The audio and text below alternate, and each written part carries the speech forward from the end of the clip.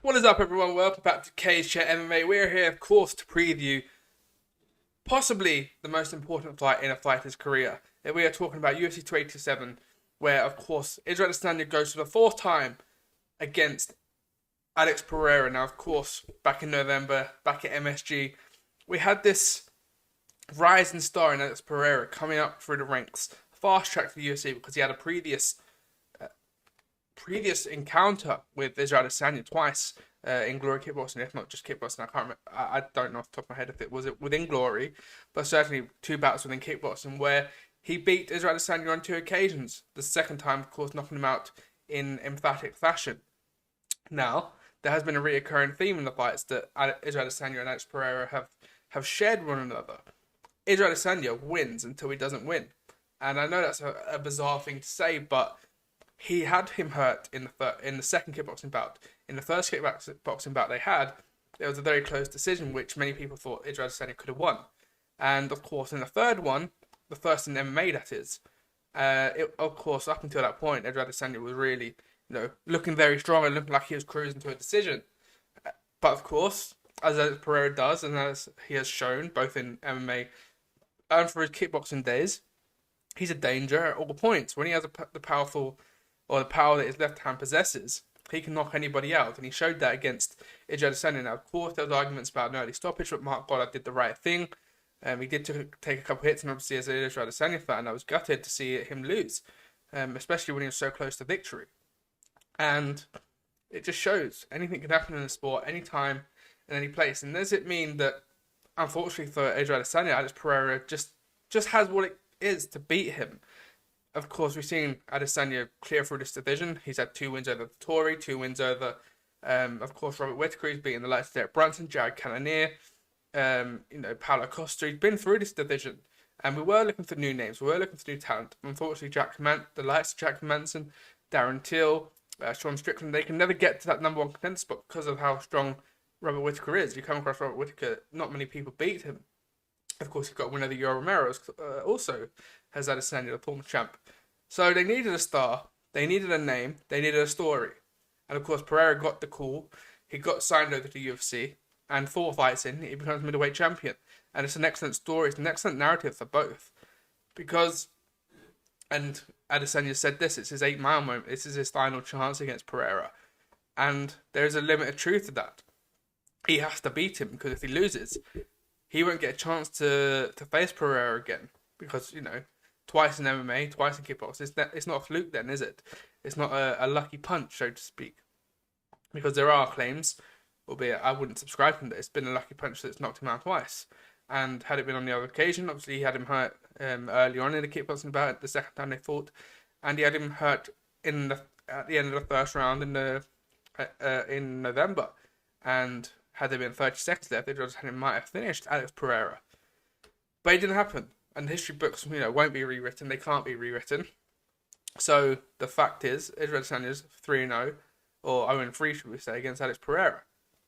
And, we've seen it in recent times with Max Holloway and Volkanovski. Unfortunately for Holloway, Volkanovski's just got the capability to beat Max Holloway. And Max Holloway is still number 1. Robert Whittaker is 0-2 against Israel Adesanya. And maybe people think Robert Whittaker is probably the best in the division as a whole. Sometimes in this game, it just happens. You come across someone who just beats you. And I feel like this could be where Alex Pereira and Israel Adesanya are. Now, again, I would just say Kamaru Usman and Leon Edwards. I know that's 2-1, but if you take the most recent 2 performances, Leon had a fantastic first round, which I don't think Pereira's had a good first round against Israel Adesanya, so to speak. But, Kamaru Usman took 2 rounds, the consecutive 3 rounds from 2 to 4, and then the majority of the 5th round he was up ahead until he got knocked out. And you can see parallels between Kamaru Usman and Israel Adesanya. Adesanya was winning 4 rounds, had 2 or 3 minutes, maybe 4 minutes left of that 5th round, and he got caught. Now, not many people are saying about the calf kick, because if you remember, there was a calf kick that Adesanya threw in the 5th round, and it inhabilitated his ability to move. He sort of jolted down, didn't he? He never really recovered. He never really got through that, and that hasn't been brought up. Will that be a part of the game plan tonight? Sorry. Will there be as many car kicks? Will there be more wrestling incorporated? Because in the third round, albeit at not the highest level, Israel Adesanya had the better of Alex Pereira going into the grappling and looking for submissions. Okay, yeah, there wasn't a significant moment where you're going, oh, he's caught him here in a rear naked choke, or he's got his arm here, he's got his leg here.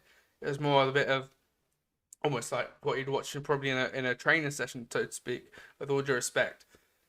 But, you know, Adesanya's shown more all around than what we've seen from Pereira. But unfortunately, Pereira's got the wins in his column, and hell of the wins too. But it's really interesting to see how Adesanya comes into tonight. Yes, his back ups against the wall.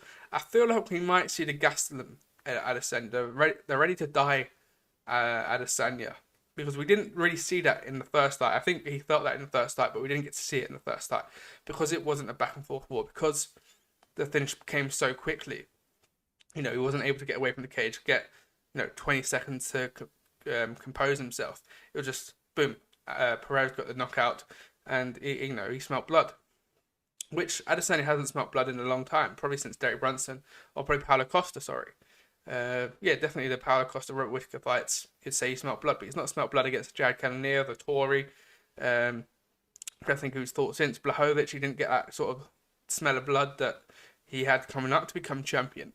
And maybe that's where he's in a different mindset, because he's coming in as the challenger now. He hasn't been the hunter for a while. And that's something quite good to look at, because he's got something to fight for. He's not the target now. And it'd be interesting to see what Pereira's like as the target. Again, I don't think the pressure bothers either of them. Probably bothers Adesanya a little bit more, because he knows what he's up against. He's been here, 3 times before, and on the back of 3 losses. Whereas, Pereira, this is just another day in the office for him. And he's won all challenges that he's had against Adesanya. But it's a really intriguing fight to watch. And considering it's a kickboxing bout, predominantly in an octagon, there is the ability to submit. There is the ability to use your grappling, use your wrestling. And it'd be interesting to see if either one or the other uses it. Because obviously we know Pereira trains with Glover Teixeira. And we know, there's been 4 months since the last fight, 5 months since the last fight. So there's time for progression, time for just grinding those skills out. Obviously, Glover Teixeira is now retired, so he's not personally training through a fight camp, so he can put more effort maybe into Alex Pereira. He's had 2-3 months now retired. So how has that affected camp? Maybe he's been able to put more time into Alex Pereira and show him a bit more. Whereas previously it was he was building up for the Blachowicz rematch, I believe. Yuri Prochazka rematch, and obviously Yuri Prochazka got injured. So maybe he wasn't able to put so much time in because he was focused on his own camps. There's that sort of caveat also. Personally, if I was Israel Adesanya, and this is respect to Israel Adesanya, I would have said, let Robert Whittaker go in there first against Alex Pereira and see how he does. Because I have 2 wins over Robert Whittaker. And if everyone's saying Robert Whittaker can beat Alex Pereira, Whittaker can then go pick up the title, and I can just go, hey, I've got 2 wins over you. I'll come back in immediately and fight you, and we'll have the trilogy bout. But he didn't. He's come away, and I feel like this is his mentality. He almost sees this as a game, and he sees the sport as a sport. You win and you lose, and he's 23-2. He's only lost to Blachowicz and Pereira, but he sees the not life or death sort of mentality that some fighters have. You lose, you're finished, and you see it in boxing, don't you? If you lose 1 or 2, we're seeing it with AJ.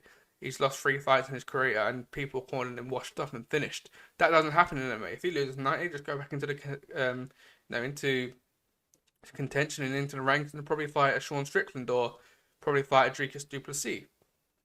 He won't turn his nose up.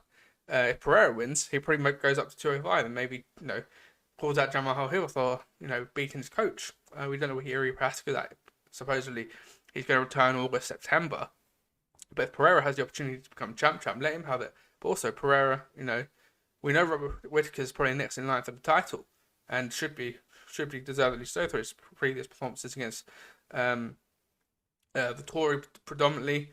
He's been in there with the very best and looked fantastic since the second loss to Israel Adesanya. But let's have a look at the teletape, because again, 7-1. It's incredible what Alex Pereira has done in such a short amount of time.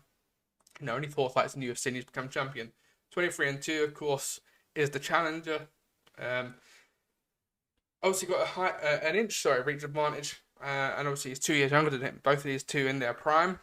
There's not much to look into the weigh-ins because obviously both of them made weight. It didn't seem as though Alex Pereira struggled to make weight. Yes, he came in about an hour and a half after Adesanya. Adesanya is always first at the scales. He just gets it done like that. I don't know how much he has to cut, 4 or 5 pounds maybe at the most. But it's always light work for him, seemingly. Whereas Alex Pereira, obviously we saw the picture a couple of weeks ago where he looked absolutely ripped. So this could be his last outing at 185, but I don't think so.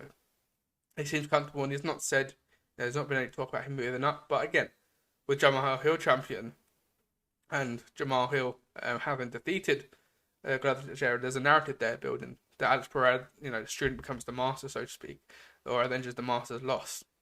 And I'd be open to that because again, 205 as a weak pool of contenders to push forward and push a hand up for title challenges. Obviously, we saw Blachowicz and Ankalaev not sort of come to fruition. Particularly areas on the back of the loss now. We've got Alexander Rakic, Jiri Prochazka.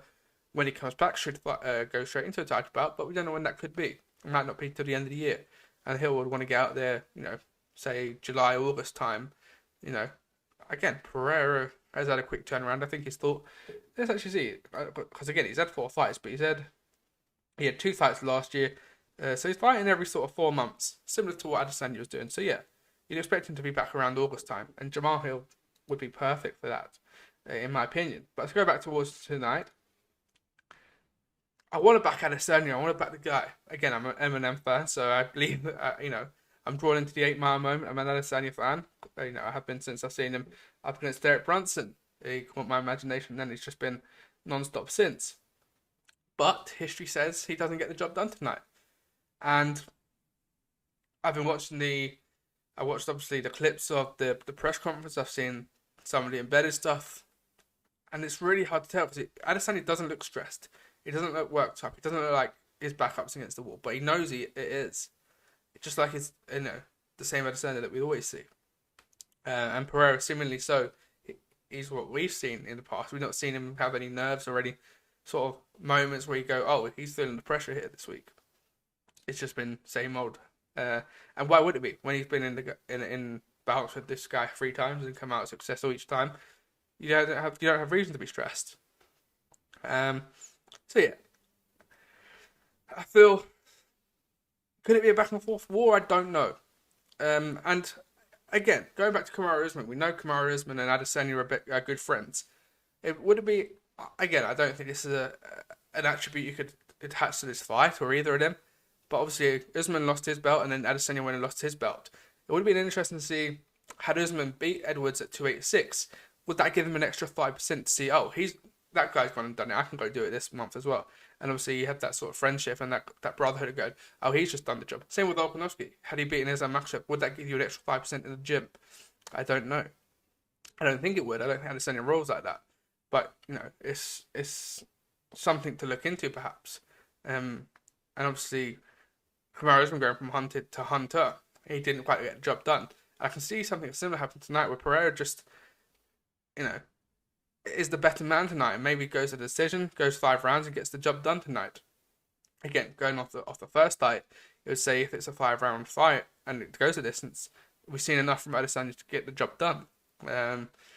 But it's really difficult, and the whole 30%, when you become champion, you get 30% better. If Pereira's 30% better tonight than he was in November, he's going to look fantastic and might even get it done within 3 rounds.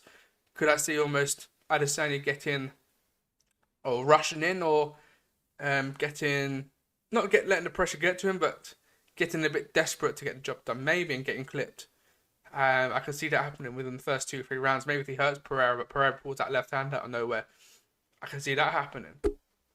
But I'm going to go with the gut. I'm going to go with Adesanya to get the job done and bounce back from that loss and get it done this time. Because again, he's been close enough to getting it done the previous 3 times really with the decision.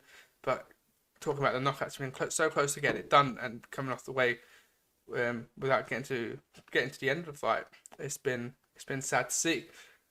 But I'm gonna go with Adesanya to get the job done over 5 rounds. I don't think he finishes him. If he does, it might be by submission. Again, we've seen him hurt Pereira, so we know he can do that. And if he has 30 seconds left in the round, maybe he can get the finish. We've seen the qualities he has against the Robert Whitakers and the Paulo Costas and the Derek Brunsons of this world.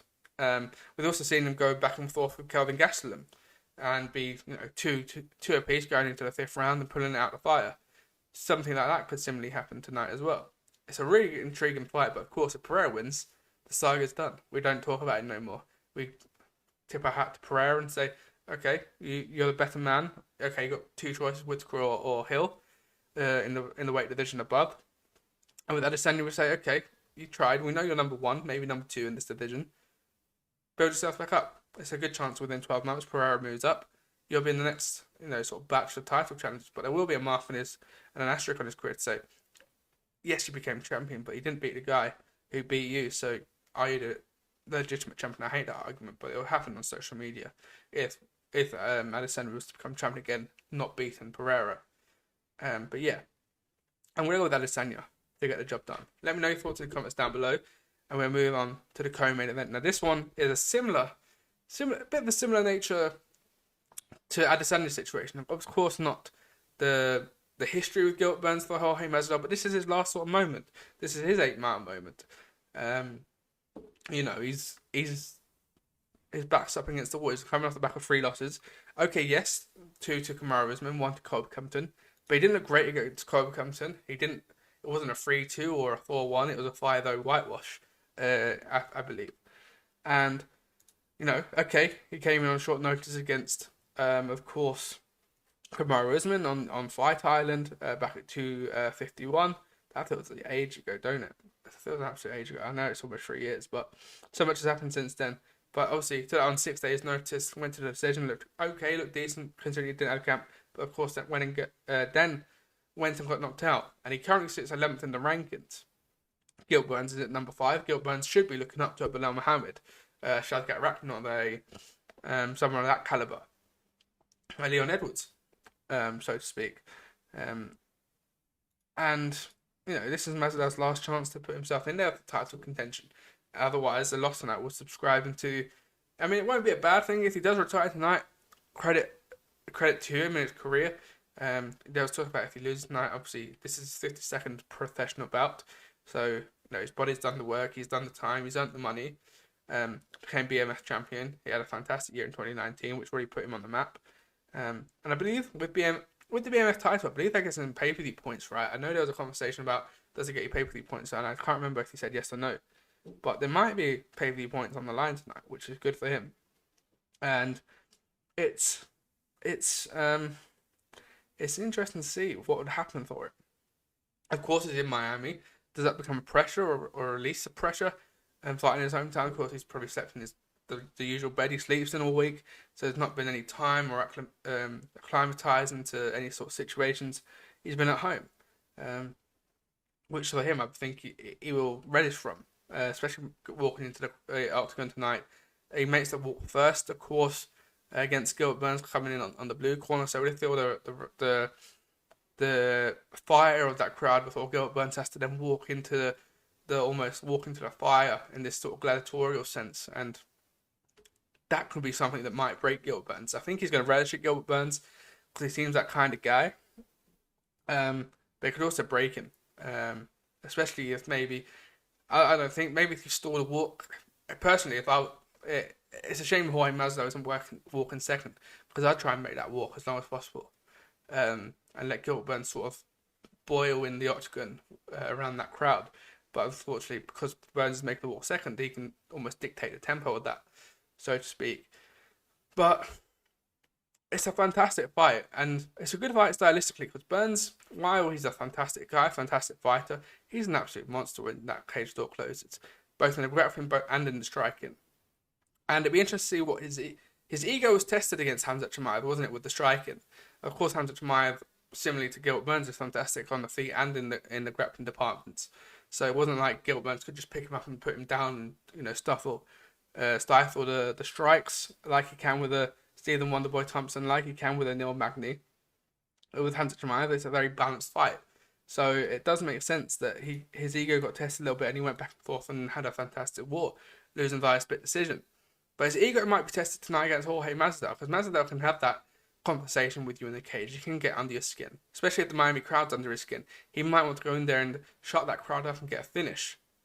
The best way in the path of least resistance for him is to pick Jorge Masvidal up, as Kamaru Usman has done, as Colby Covington has done, put him up against the cage and beat him for 3 rounds, or to get the submission like he did against Neil Magny. But if his ego's tested, and we've seen it with Darren Till. Darren Till hurt Jorge Masvidal in that first round. Obviously, Masvidal showed the resilience, and he came back and he got the win. And he had a superb year that year. Knocked out Ben Askren in spectacular fashion, and then went in there with Nate Diaz and put Nate Diaz. Made Diaz not so quick because the doctor stopped it, but made Nate Diaz unable to continue. And that was a fantastic performance for him. We've not seen him like that since. That's probably his peak. But Burns has the capability, and Masvidal has the capability to draw Burns' ego out and go into a striking battle. And if he does that, it could be a very, very different fight. Because if Masvidal can get the striking patterns on Burns, we've seen Usman knock out Burns. Or yes, Burns did drop Usman as well in their title bouts in the Apex. That feels ages ago. That actually does feel ages ago. But talking about tonight, Masvidal, I think there might be something magical happening tonight. Again, maybe that's my heart talking, because I want to see Masvidal in Miami win and obviously build up that bout with Leon Edwards. Because obviously at the moment, Colby Covington's in the driving seat for the title shot. But if Masvidal goes out and, let's say Ben Askren, Gilbert Burns tonight, he slides right into the title bout. Because obviously we know what happened in London with a 3-piece and a soda. We know what a pay-per-view driver Masvidal is. And it just makes sense putting Leon Edwards in there with Masvidal at this point, if Masvidal gets the win. If he loses, he signs up to the Legends Club. He gets Tony Ferguson, he gets Conor McGregor, he gets maybe an Ian Gary. Ian Gary said he'd like to bring him to Dublin. And obviously we saw Masvidal go to London for Till, and Ian Gary's probably at that similar section. Maybe not that similar. He can be there by the end of the year, but he might not. He's not there right now where Darren Till was when Masvidal fought him. But again, it's a fight I'd like to see, and I like Ian Gary and Ian Gary's style. But yeah, I lost tonight sets Masvidal up for maybe a Jake Paul, maybe a Logan Paul, if he wants to retire tonight. I don't know what his contract's saying in terms of length of fights, but if he was to be released, I could see him going in there with a Tommy, maybe not Tommy Fury, but I could see him going into that avenue of making money, especially with Game Bread Boxing. You could do a Game Bread MVP co-promotion, and that would definitely be doable. But yeah, if he loses, it's past for him. He's going to make money. I don't know if he slides down the rankings, so to speak. Because again, I'd like to see him against Wonderboy too. Obviously, he's got a winner than Wonderboy. In fact, he's got more wins over the top 10 than Colby Covington has right now, if I'm not mistaken. Because obviously, Masvidal's not in the top 10. Which is ironic, because Colby Covington's next in line for the title. But let's have a look at the title tape. 21-5 against 35-16. 1-inch height advantage there for Masvidal, and a 3-inch reach advantage. That could be something that comes in very handy for Masvidal with his striking and his capability, because he has got good boxing, he has got good knees, he has got the ability to pull off the unexpected and be explosive.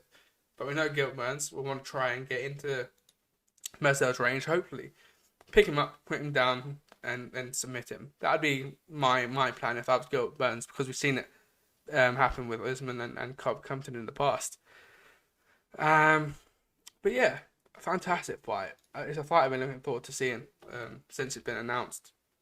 And again, look at the rankings. Again, I don't think Colby Covington's beaten anyone in that top 10. I might be mistaken, but obviously Jorge Masvidal's beaten Stephen Thompson, who's in at 7. Obviously, next in line for the title, it's supposedly Colby, but on form, you'd have to go with Bilal, or you'd have to go with a Shavkat, because obviously they've got the biggest win runs at the moment. Colby's already had 2 shots and failed, albeit against Kamaru Usman. Obviously, the landscape has changed. Chimaev, we don't know where he's at. Obviously, he didn't make weight in his last bout. Whether that was on purpose, we don't know. But obviously, came at 1 tonight and then fought Kevin Holland. But yeah, if Masvidal beats Burns tonight, he's in with a title shot. No doubt. He's in the Conor McGregor caliber of, you win one fight, you get a title shot. That's the rules. That's the rules when you make the money on the card. It might not be fair. It might be fair. You don't know. But again, if he loses tonight, he gets in the Legends League and gets a Conor McGregor or Tony Ferguson of that nature, someone else who can drive pay-per-views and is well loved by everyone. But I'm gonna follow my heart on this. I'm gonna say Masvidal gets it done. I think Masvidal might finish Gilbert Burns. Now I know that's left field and I know it's a little bit outrageous, but I think the Miami crowd might just take him a little bit further and help him get the job done. Again, my brain says Burns gets it done within 3 because I think Masvidal being 38 years of age, and the losses he had to Colby and Usman, the performances he's had against specifically Colby, albeit Colby has got a better gas tank than Gilbert Burns, he can go further than Gilbert Burns, so maybe that adds a little bit in there as well. But I think Masvidal gets it done, I feel Masvidal gets it done, but I think, again, if I was betting on this, I wouldn't bet against Gilbert Burns, but my heart says Masvidal gets the job done tonight in spectacular fashion, as might mini Masvidal, Adrian Yanez.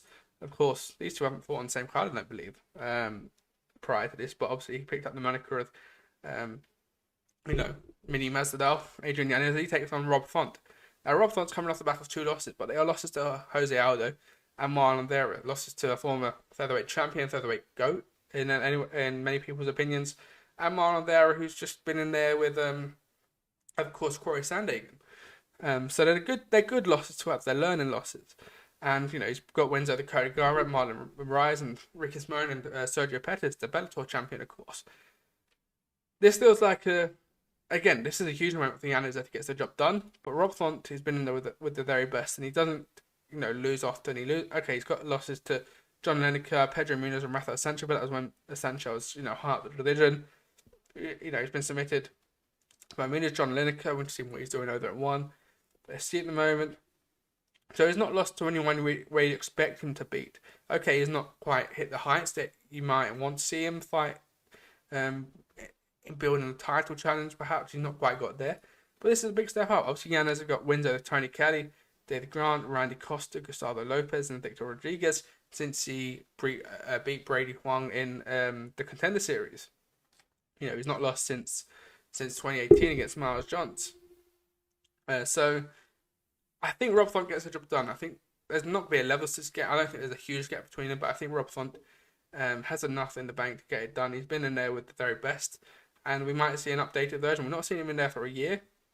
Of course, he had a bit of a war with Marlon there, if I remember rightly. A few cuts, definitely with Jose Aldo. I think Jose Aldo jabbed his face off for 5 rounds. Maybe I'm getting those 2 fights mixed up. But again, neither of them have been in there a lot, recently. June was the last time Yanez was in there. So first fight for 8 months for him. So again, I think this could be fight of the night. But I think more so this will be a performance of the night for one of these two. Because if Yanez beats Rob Font, that's a huge win for him. That pushes him into the top 6 of the rankings, and probably puts him there with a Petty Yan or a Sugar Sean O'Malley, perhaps, or maybe a Dominic Cruz. Maybe he's looking behind him because it obviously jumps up the queue.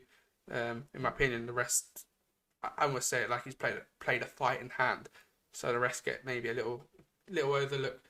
But Dominic Cruz, Marlon Vera would definitely be next in line for someone of Adrian Yanez if he gets a win tonight. But I think Rob Font gets the job done. And what's saying Rob Font can't go in there and get a Sean O'Malley at the moment and get a, maybe not Marlon there because he's already been in there, but a Petty Yan, so to speak. Petty Yan's coming off 3 losses now, isn't he? Maybe 3 losses in the last 4, sorry. If Rob Font gets someone in tonight, I wouldn't see why he wouldn't go in with Petty Yan, and that'd be a great fight. But yeah, I think Rob Font gets the job done tonight. He's a bit more experienced. He's been up there with the better level of competition. But then again, this is MMA. And Yanez at 29 years of age. He's not even in his prime yet. So who knows? Maybe this is maybe a change of the guard. Maybe. But I'm going to go say Rob Font gets it done within the distance and earns himself a nice 50k bonus on top of it. Now, Kevin Holland against Ponzinibbio. Now, a few people I've seen have been calling this the loser almost leaves town sort of comments, and I don't quite understand that. Maybe with Ponzinibbio, I think loses because again, he is on the latter end. Well, to be fair, he's only 36, but he had some big injuries, some health issues that kept him out of the cage for 2 years. He thought Neil Magny in 2018 didn't come back until 2021 when he fought Jing Liang Li. He's 2-3 in his last 5, albeit Alex Pereira did, was 2 rounds up when he thought Ponzinibbio, but Ponzinibbio came out with the overhand right and got a finish. He was supposed to fight Robbie Lawler on that night also. But this is a fantastic fight.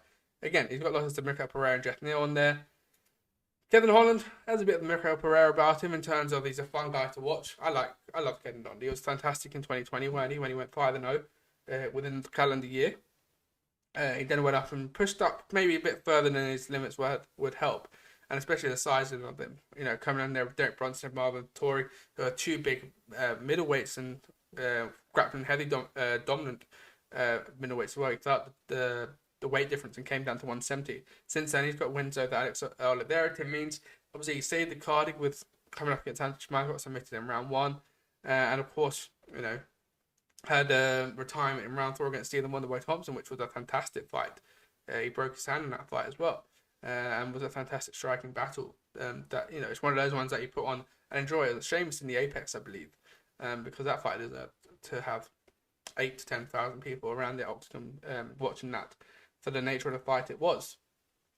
So I don't see Kevin Holland again. I think Kevin Holland might be in the Cowboy situation, the Yoel Romero situation, maybe a Paddy the Baddy situation, where they're never in the top 15 for long, or maybe the top 10 for long. Unless they get, I don't want to say they're a favourable matchup, but if Kevin Holland wins tonight and Jorge Masvidal loses, put Kevin Holland and Masvidal in there. That'll do numbers. They'll sell. They've already had that bit of beef in the hotel, which Dana White weirdly closed down for whatever reason at the press conference. So I thought that was a missed opportunity. But yeah, if Kevin Holland beats him tonight, Ponzinibbio, I know he's not ranked, but it's not too far up. Not too far away from the top 15, and Masvidal goes and loses. Holland Masvidal's a great fight. Holland Ian Gary's a great fight. It's potential. I like Holland, and because he's active, the UFC won't reward him, but they respect him a little bit more because he saved cards in the past. He's been in there, he went in there 5 times in 2020.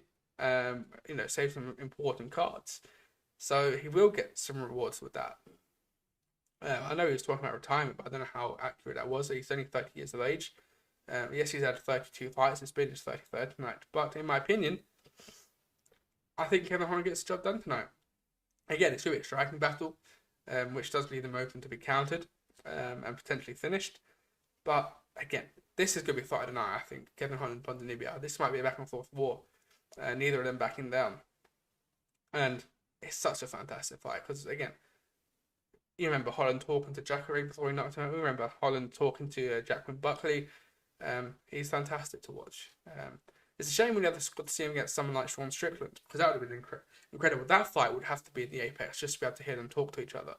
And that's when the Apex comes in handy, when Sean Strickland and Kevin Holland fight, because you get to hear him in full voice.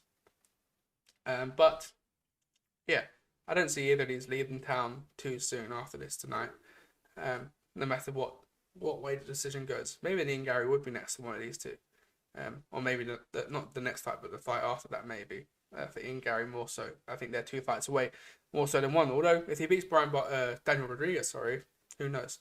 That then puts him in a caliber with a Kevin Holland, a Ponzinibbio, a Robbie Lawler sort of type character. Ian Gary's he's called the future for a reason. But those are big tests for him, and if he gets past them, he certainly elevates his status in this welterweight division. But yeah, I'm going to go with Kevin Holland to get the job done tonight. Again, I think it goes the distance, but I'm going to put my bet on that. That's fight of the night tonight. And we all sit there Sunday morning and go, wow, Kevin Holland, Ponzinibbio, what 2 fighters they are. They brought everything last night and left it all in there. Israel Rosas Jr, 18 years of age, maybe 19 actually now. No, sorry, not 19 until October, sorry. He's called the Little Problem. I think El Nino is small. But El Nino Problema, and he is a problem for this bantamweight division. Coming in, he had a fantastic debut against Jay Perry, and obviously there was a lot of talks and sort of questions as to why they'd signed the 17-year-old to come with the Contender Series, but a former IMF Youth Champion, and obviously a very high level of talent and caliber, and he could be the one that breaks John Jones' record just purely because of the fact that he submitted Jay Perry in round 1, but he's got 4 years. Well, he's got in 1, hasn't he? I think he's got 5 years to beat John Jones' record at least. Obviously, Mokaev is currently the driving seat to beat the record, but Rosas Jr. might be the guy to do it because he's got so much more time on his hands. Born in 2004, makes him so old. But he looked fantastic in his debut, and this is a big step up against Christian Rodriguez, who's 8-1. Rodriguez did miss weight initially. I didn't see if he took the allotted hour, but I didn't see if he then went and removed the extra pound and a half I think he had to lose. So how is Christian Rodriguez tonight, not coming in after a poor weight cut, and having to exert himself even more than Rosas did? Rosas would certainly take a huge benefit from that mentally. Of course, Rodriguez is 1-1 in the UFC. Lost to Jonathan Pearce on his debut, but he did go and beat Joshua Williams. Obviously, also coming off the Contender Series. It's a Contender Series alumni sort of battle. But I think Rosas Jr. gets the job done. I liked what he done on the main on his debut. It was fantastic with the grappling. Once he gets on you, it's very hard to get him off. And for a kid who's only 18 years of age, he's going to be someone to be looking at when he's 25, 26. Hopefully he's not been fed to the lions too quickly, and we're not looking at a Sage Northcutt maybe, or a Edmund Shabazian sort of scenario. If we keep him at a Sean O'Malley, Paddy Pimblett sort of scenario, he's going to be a real problem in this division in 5 or 6 years' time. But yeah, I'm going to go with Rosas Jr. to get I'm going to say he gets a finish tonight within 2 rounds.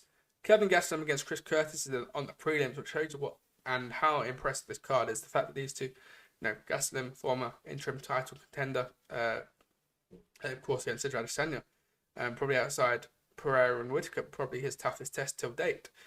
Chris Curtis, we know what Chris Curtis brings to the table. He lost his head a little bit against Jack Manson, but obviously I think that fight was on short notice, and of course he got frustrated by the Joker, and that can happen. Jack Manson's a good fighter. He's in the top 10. Yes, he's probably on a bit of a downfall at the moment, but Action Man is coming in tonight with a win over Jacqueline Buckley, of course, back at 282 in December. He's beaten the likes of Brendan Allen, Phil Hawes, Rodolfo Vieira. If he beats Gastelum tonight, it's a big marker on his career, because obviously we've seen the heights that Gastelum has been up to. Yes, he's on the way down right now. How committed is he to the sport? There's a lot of questions and comments that he should be at 170 rather than 185. He went the distance with Darren Till. Now, how that is aged, we don't know, because obviously Darren Till hasn't ever got to those heights again that he did on that night in New York. He's 1-5 in his last 6. Again, lost to Adesanya, Darren Till, Hermanson, Whitaker, and Cannonier. So even him, he's lost to the very best of this division. They've all the last two have fought for a title. Adesanya former champion, Till, Hermanson, top 5, top 6 level competition. Yes, he's had 3 fights counted since then. Nassourdine Imavov twice, and Dricus du Plessis. Those would have been interesting fights to watch, especially du Plessis. But Chris Curtis, this is a big test for him, and he gets the job done tonight.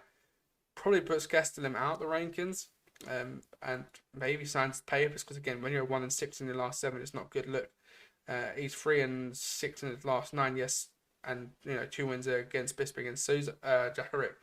It might have been maybe past the punch, maybe not Jacare so much, but obviously Bisping had just come off 3 weeks prior to that being submitted by GSP, and that was obviously Bisping's last fight.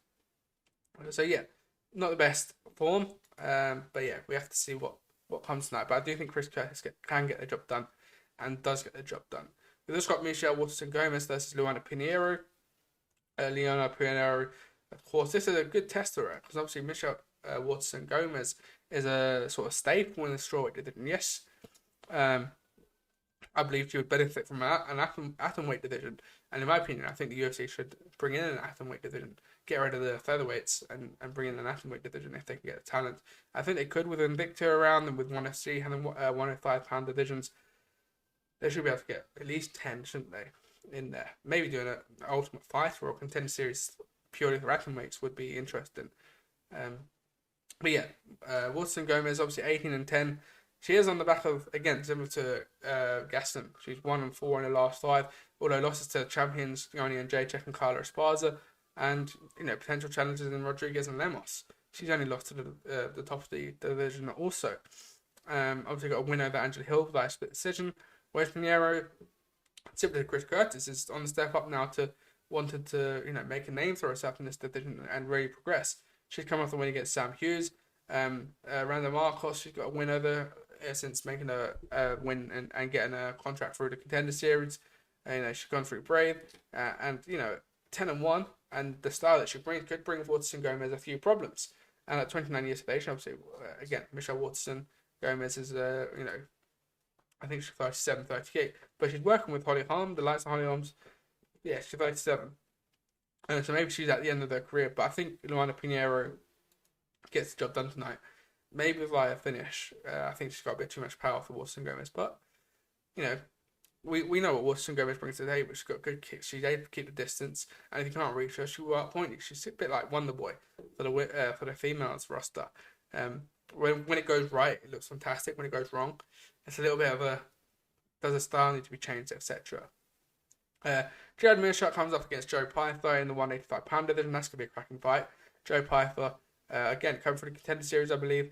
Jared Mearshart, unfortunately, has that sort of Khamzat Chimaev knockout over his career.